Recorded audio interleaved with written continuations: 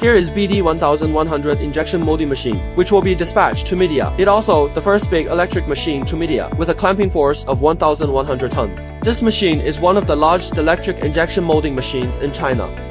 It is specially designed for the mass production of high-end plastic components for the appliance industry.